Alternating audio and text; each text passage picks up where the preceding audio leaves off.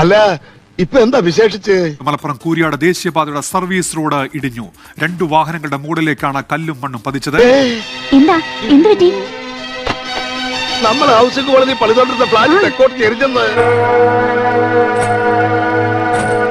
ദേശീയപാതയ്ക്ക് ഇതുവരെ 2 പിതാക്കന്മാരുണ്ടായിരുന്നു.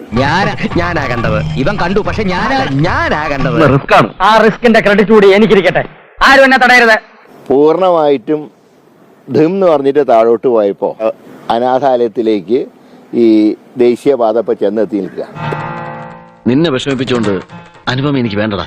മോനെ നീ എന്തൊരു വിട്ടത്തരമായി പറയുന്നേ? ഇതാണ് സ്നേഹം സ്നേഹം എന്ന് പറയുന്നത്. ചില പ്രശ്നങ്ങൾ ഉണ്ടായപ്പോ അത് എന്തോ LDFന്റെ പടിയാണ് എന്ന് പറഞ്ഞുകൊണ്ട് ചിലര് രംഗത്ത് വരാൻ തയ്യാറാകുന്നുണ്ട്. എനിക്കറിയാൻ പാടില്ല. ഞാൻ വരുന്ന വഴിക്കേണ്ടതാണ്. ഞാൻ പോണ്. ഇത് നിങ്ങളുടെ പ്രശ്നമാണ്. റിയാസ് ഇന്നലെ വരെ കാട്ടിക്കൂട്ടിയത് എന്തൊക്കെയാണ്? എനിക്കൊന്നും ഓർമ്മ വരുന്നില്ല ഈശ്വരാ. നീ കിടന്ന് ഉരുളൊന്നും വേണ്ട.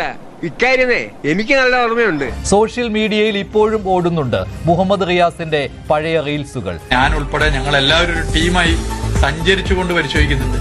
ഞങ്ങൾ ഫീൽഡിൽ സ്ഥിരമായിട്ട് പോകുന്നുണ്ട്. ശ്രീമാൻ അനന്തൻ നായരുടെ അശ്രാന്ത പരിശ്രമത്തിന്റെ ഫലമായിട്ടാണ് ഈ സ്കൂൾ മുതലക്കുണ്ടിനെ സർക്കാർ അനുവദിച്ചു തന്നത്. എല്ലാ മാസവും ഞങ്ങൾ ഇതിന്റെ റിവ്യൂ നടത്തിയിരുന്നു. ഈ കോൺട്രാക്ട് രാമൻകുട്ടി പണിത വീട് വീഴാനോ അതങ്ങ് പള്ളിച്ചെന്ന് പറഞ്ഞാ ഈ നാട്ടിലെ ഏറ്റവും വലിയ കോൺട്രാക്ട് ആരാ?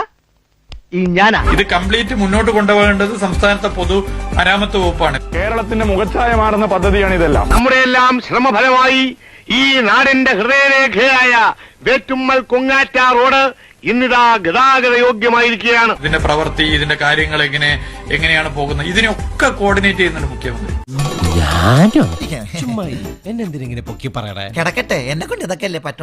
ക്രെഡിറ്റ് അടിച്ച സംസ്ഥാന സർക്കാരും പൊതുമരാമത്ത് മന്ത്രിയും ദേശീയപാത തകർന്നപ്പോഴും ഉത്തരവാദിത്തം ഏറ്റെടുക്കുമോ? അതിന് ഒരു തരത്തിലുള്ള പങ്കാളിത്തവും നമ്മുടെ പൊതുമരാമത്ത് വകുപ്പിനോ കേരള ഗവൺമെന്റിനോ ഇല്ല. ഇനി അങ്ങോട്ട് ആളിയാൻ തന്നെ എല്ലാം ഡീൽ ചെയ്തോണം. എല്ലാം അവരുടെ നിയന്ത്രണത്തിലാണ് നടക്കുക. ഇവൻ മാത്രമാണ് കണ്ടത്. നല്ല കുട്ടിയാടാ, നീ എടുത്തോ. അങ്ങോട്ട് എടുക്കാം. ഞാനല്ല, ഇവൻ ഇതൊന്ന് ഒഴിവാക്കിത്താ. അല്ല, അത് ഞാൻ ഒഴിവാക്കി തരാം. അതിന് വഴിയുണ്ട്. അതുവരെ ഈ പ്രതിമ മുതലാളിയുടെ കയ്യിൽ തന്നെ ഇരിക്കട്ടെ.